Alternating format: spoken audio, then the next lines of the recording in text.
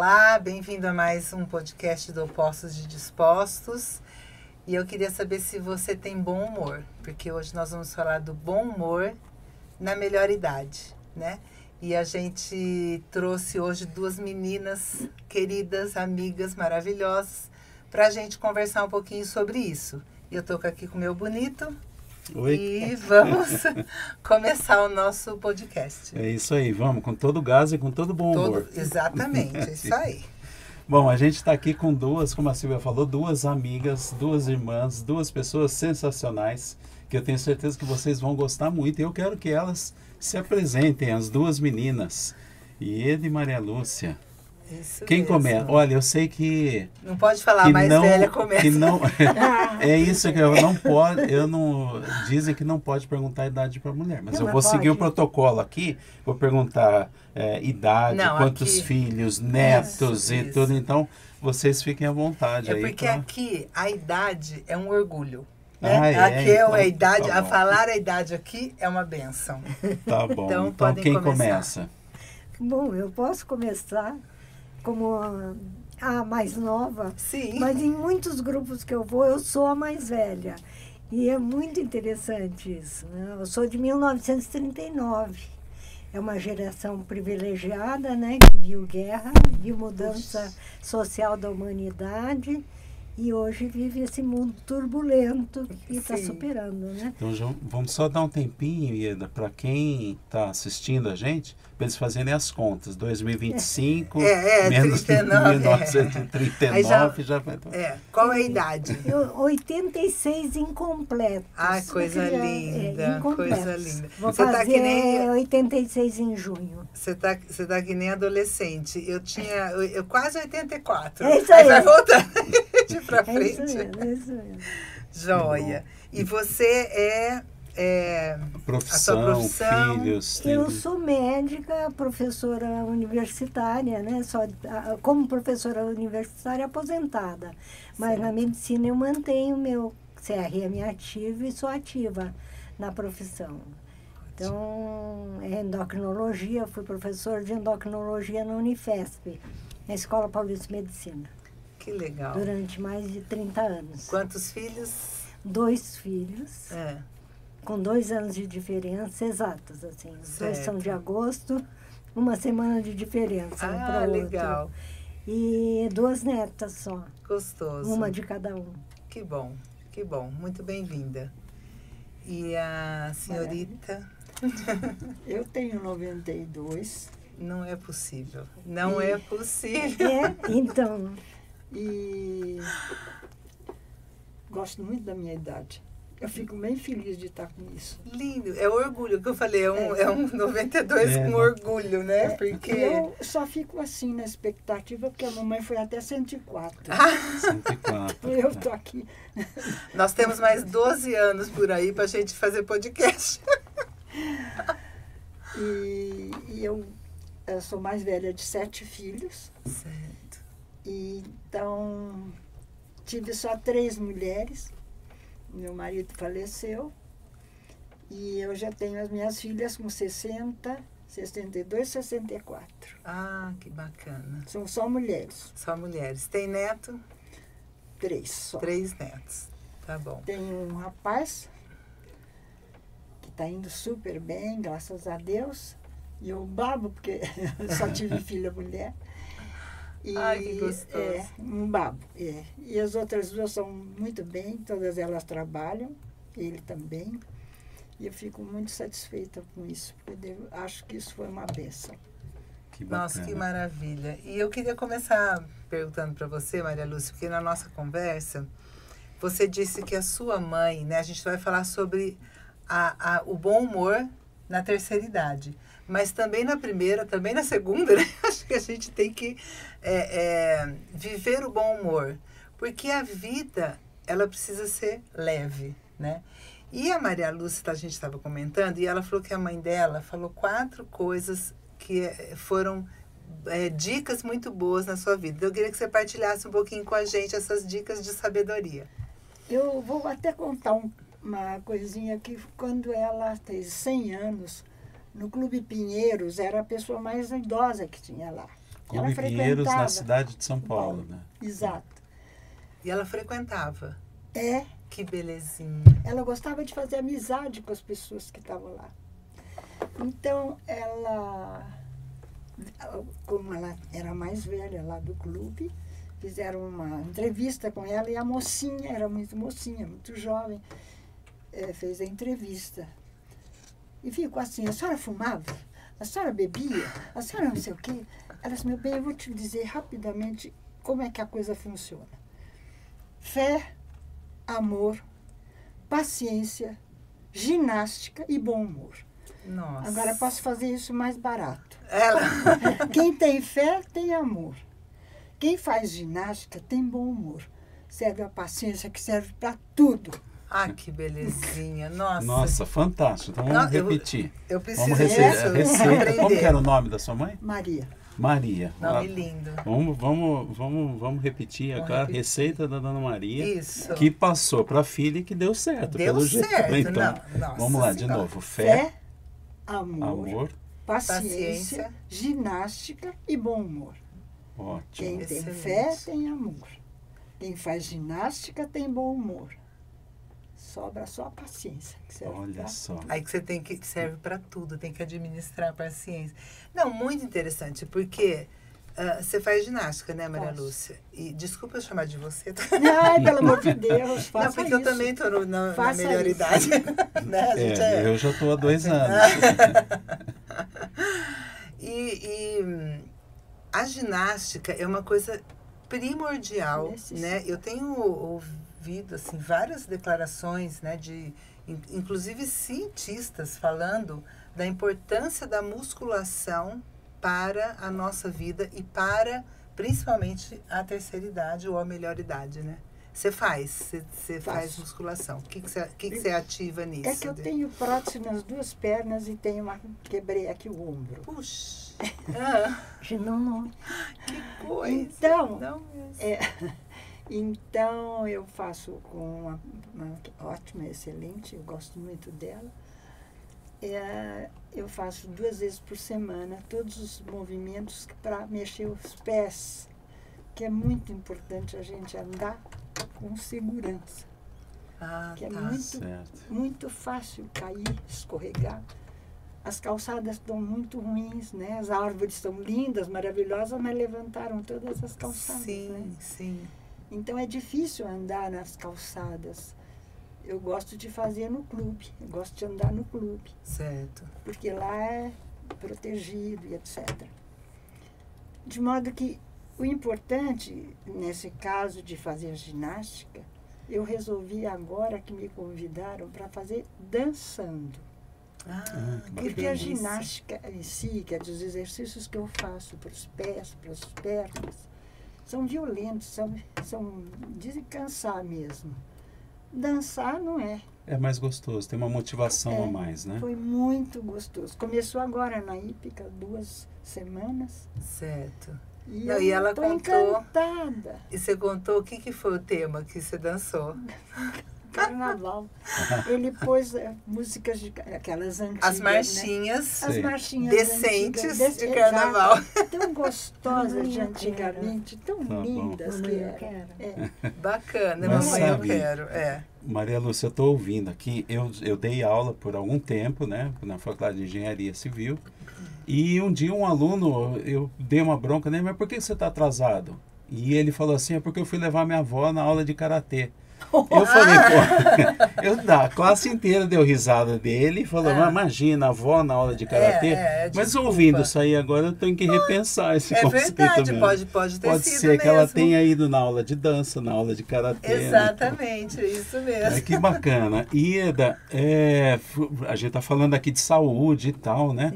Como é que é ser médica numa época em que não era muito comum, né? Normalmente as mulheres, elas tinham uma determinado nicho profissional e tal. Era raro, né, ver mulheres médicas e tal. E como é que foi desempenhar a medicina? Então, primeiro vencer essa barreira de um clubinho do Bolinha ali e depois desempenhar a medicina com essa sensibilidade feminina e uma sensibilidade feminina de uma católica que promove a vida e tal. Como é que é isso? Então, esse é um tema muito bom, porque, de um modo geral, a faculdade que você entra, ou mesmo quando você se prepara para a faculdade, você esquece a religião. Você não frequenta mais nem missa.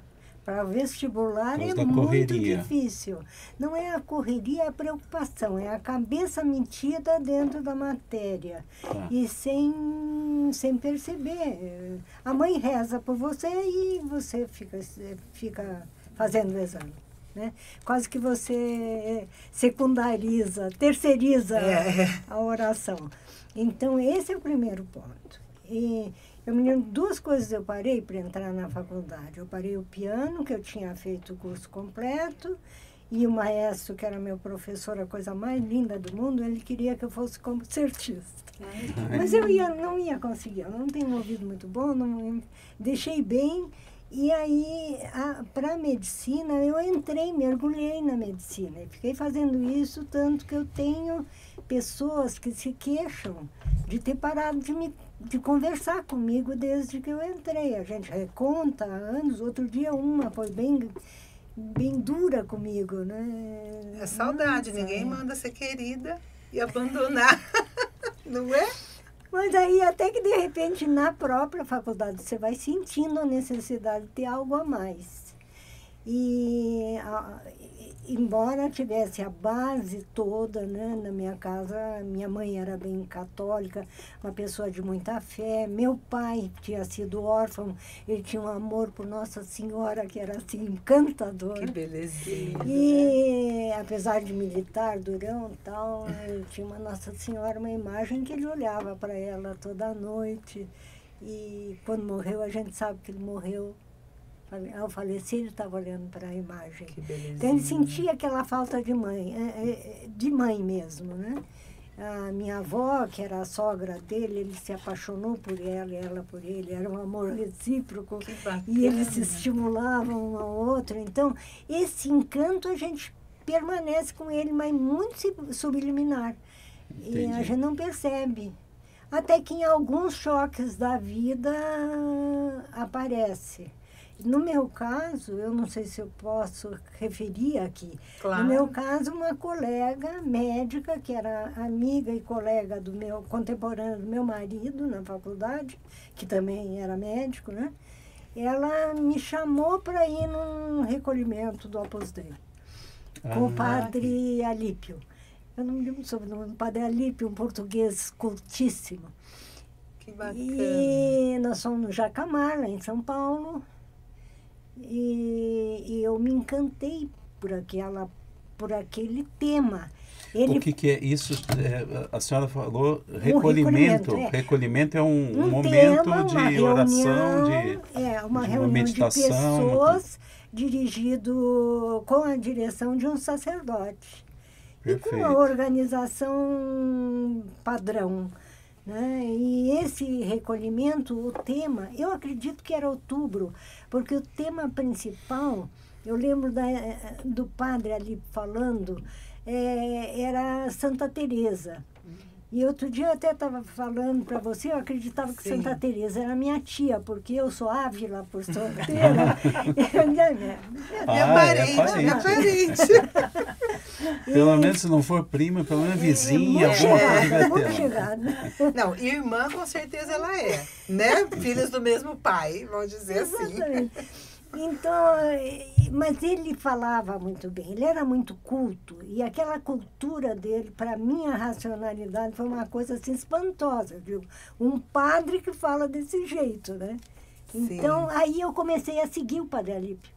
Eu seguia, não como no Facebook, eu seguia, a minha amiga avisava. Ele vai ter um recolhimento em tal lugar. Então, ela mesma me pegava de carro e nós íamos até lá. Olha que bacana. Aí, o padre Alípio pescou mesmo, né? Que bom. Então, e aí, tudo aquilo que seus pais ensinaram, a oração da sua mãe, de repente, volta toda. Né? Começou a fazer sentido, né? Então, você que está nos acompanhando aí, você está com os filhos, está percebendo que eles não estão muito com tempo de ir à igreja e tal, Não, se joelho no chão, joelho no chão. reza por eles e tal, para que Deus coloque um Padre Alípio no coração deles, no caminho deles também, né? Algum dia, né? E eu queria falar algumas frases do Papa Francisco, né? Que você muito sabiamente falou, que ele fez uma série de catequeses em 2022. E numa das catequeses ele disse assim: envelhecer não é uma condenação. Uma série de catequeses específica para os idosos, sobre o envelhecimento. Isso. Né? E ele fala: envelhecer não é uma condenação, mas é uma bênção. É engraçado hoje, eu conheço pessoas que morrem de medo de envelhecer e que ficam pensando como vai ser quando envelhecer, numa busca por uma perfeição de imagem muito grande. A estética ganha uma primazia em lugar de outras coisas que são... Sim. Aquilo que é periférico acaba virando essencial. Essencial. Né? E aí uma corrida toda... Não que você não possa ter os recursos que a gente tem hoje, mas assim, isso daí não é o objetivo, né? Acho que a gente tem que crescer em sabedoria, né? E tudo mais. Então ele fala: envelhecer é uma bênção. Devemos vigiar sobre nós mesmos e aprender a viver uma velhice ativa. Porque na velhice, a tendência é a pessoa falar: não, já trabalhei demais, agora eu vou sentar no sofá e vou ficar na minha novelinha, no meu programinha, isso aqui. E não é mais ativo. Não olha para frente. Não olha para né? frente, não tem sonho, vai parando de sonhar. E outra frase: cultivar a nossa vida interior. Então, gente, isso daqui, eu acho que essas 3 palavras são fundamentais para nós que queremos viver uma velhice ativa. Eu tô achando que o Papa Francisco gostaria de ter conhecido a Dona Maria, né? Esses conselhos. Os conselhos da Dona Maria. Tem umas coisas aqui que estão batendo. Não, né? e eu vou falar mais. Eu acho que você, Maria Lúcia, devia escrever um livro com esse conceito. Entendeu? Porque a gente tem que plantar uma árvore, não sei se você já plantou, eu já plantei uma árvore, agora falta escrever o livro. Então você podia escrever, porque isso daí é uma sabedoria que a gente precisa trazer para os dias de hoje, né? Nesse mundo tão caótico. E essas palavras dela foram Tem muita uma sabedoria. coisa que eu gosto, que para mim é a luz. Porque a irmã dela um dia disse: Maria, ela tinha mudado para o Rio de Janeiro, estava meio perdida lá. Maria, minhas amigas estão todas indo embora. Idade, né? Sim. Não, mas faça novas, faça outras. E é isso que eu busco, coisa. sabe? Olha que interessante. É isso que eu busco. É tão gostoso conhecer pessoas novas, mais jovens sempre. Sim. Mas é tão gostoso, né? Porque a gente leva aprende a gente muito pra com essas mais frente. jovens. Sim. Que lindo. É uma troca, na verdade, de experiência. Com porque certeza. as mais a novas palavra, também desculpe, a palavra é essa. aprendem muito com os mais velhos, né? É que hoje, nessa cultura de descarte, né? Descarta o namorado, descarta o marido, descarta a esposa, descarta os pais, descarta, né? E não tem essa troca de experiências que é uma maravilha, não é isso? A gente fica pensando que tá todo mundo sempre com muita correria, né? Sim. Eu vejo lá os meus filhos, cuidando dos filhos deles, com os perrengues que eles têm e tal. A gente não sobra muito tempo de visitar a gente, de estar junto com a gente e tal. Então, tem essa correria e tal. Mas aí a gente tem que achar um ponto de equilíbrio, né? Para o idoso poder passar aquilo que ele tem de experiência e o jovem trazer para o idoso essa vitalidade, essa força, essas novas amizades e tudo, né? É um intercâmbio. E o Papa insistiu muito nisso durante as catequeses. E ele falando da vida ativa, né, aconteceu comigo uma coisa muito engraçada. Quando o nosso último filho casou-se, nós temos 4 filhos.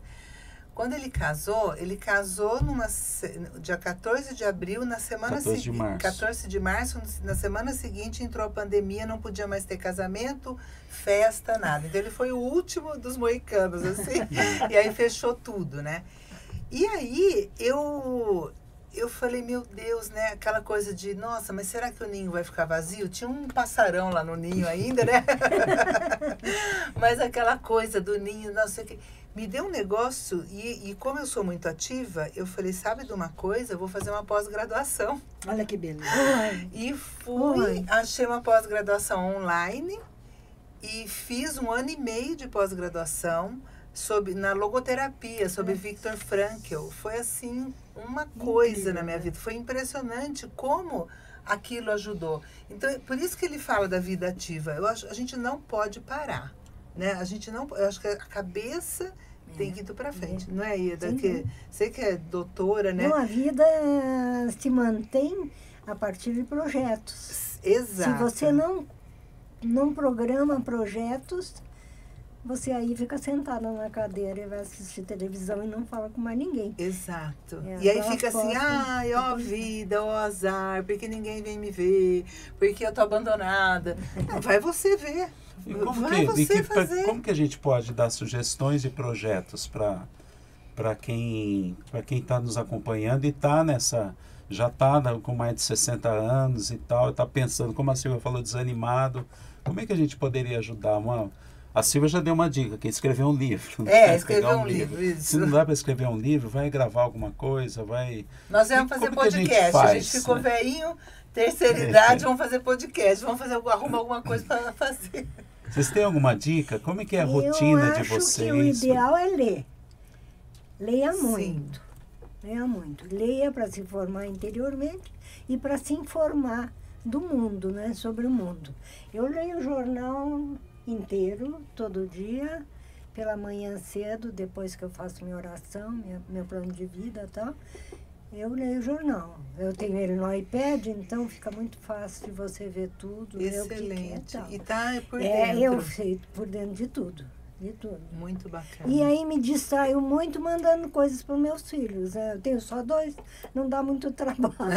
Eu que contempla um, outro que contempla o outro, mando matéria para o filho que é médico ler, para o outro que um filho é médico. Um é médico e o outro é outro um empreendedor, que hoje em dia ele é um dono de Airbnb. Ele tem um Airbnb no Caminho da Fé. Em Santa Branca. Que interessante, muito legal. E eu queria te perguntar uma coisa, já falando dessa parte, né, profissional, que você é médica. A gente conversando, você falou que você tinha um diferencial, né, na medicina, que era o amor. Como que funcionava isso? Conta um pouquinho pra gente desse diferencial que agradava todo mundo que você ia passando no caminho. Não, é que isso faz parte da medicina. A medicina começa com Hipócrates, um grego politeísta, e que na ilha de Kos ele fazia as consultas e o grupo dele se dividia entre os que atendiam militares, os proprietários, a realeza, né? E o Hipócrates e o nosso cristianismo vem daí, dessa fase. É o amor pelo próximo. É lógico que primeiro tem que ter o amor por si mesmo, senão não vai conseguir olhar o próximo. Sim. Mas é esse amor hipocrático que começa a medicina e que faz aí, quando Jesus põe isso como tudo na vida, né? Então aí a coisa se completa. Mas na medicina o amor é obrigatório. Sim. Se você não tem amor por aquele pacientinho fedidinho que está do teu lado, sim, ele pode ter... A compaixão, né? Não, mas não é compaixão, é amor. É amor de compaixão. Sim, sim. É amor de compaixão. E é isso, às vezes você pega as pacientes que eu trabalhava, que alguns professores, colegas, tal, diziam, mas é feinha. Ai, gente, mas é aí. Mas não é feinha. Uma mentalidade utilitarista, né? Nossa. Que pena. E eu tenho um vídeo que me chocou outro dia, que filmaram o médico, a paciente entrou com dor, ela não sentou. O que você tem? Estou com dor aqui, não sei o quê. Ele fez um anti-inflamatório, ela não sentou, ele deu a receita próximo. Que coisa, então, né? é isso, quer dizer, desse jeito, qualquer um pode ser médico, Não, né? não, mas está com dor, isso, é anti-inflamatório. Então, você entende a diferença? Que em vez de acolher, mas não tem tempo. Ué, mas se você é cuidador de vidas e de almas e de corpos, se você não tem tempo para exercer a sua profissão, que é isso, que é amar. A sua profissão é isso. Não é? A sua profissão é isso. E é isso que numa boa faculdade, por isso que a gente coloca, nesse momento, uma das coisas terríveis é a disseminação de escolas médicas, que não estão preparadas para fazer isso no seu aluno no início, até o fim do primeiro ciclo da medicina, né? Essa é a dificuldade. Então, o diferencial começa aí. Legal. Tá bom. Bom, olha, a gente vai... Pensem aí em um conselho que vocês dão para a gente chegar na idade de vocês com o bom humor de vocês, com essa alegria, com essa vitalidade que vocês têm, que a gente vai passar esse conselho para você, para o pessoal que está nos assistindo, tá? E você, se você está gostando desse papo, coloca aqui nos comentários o que você está achando disso, como que você está vendo isso, e eu espero que todos nós aprendamos muito boas lições aí para a nossa vida daqui para frente. Se você tem algum filho mais novo, traz ele para assistir esse filme, esse podcast também, para você conversar com ele sobre essa necessidade desse intercâmbio. Nós estamos chegando no fim, né, Cia? Sim. Então vamos lá para a mensagem das nossas convidadas. O que vocês dariam de conselho para nós? Começa você. Pode. Meu Deus. Viva intensamente, né? Viva amando o próximo, principalmente os mais próximos, os da família, né?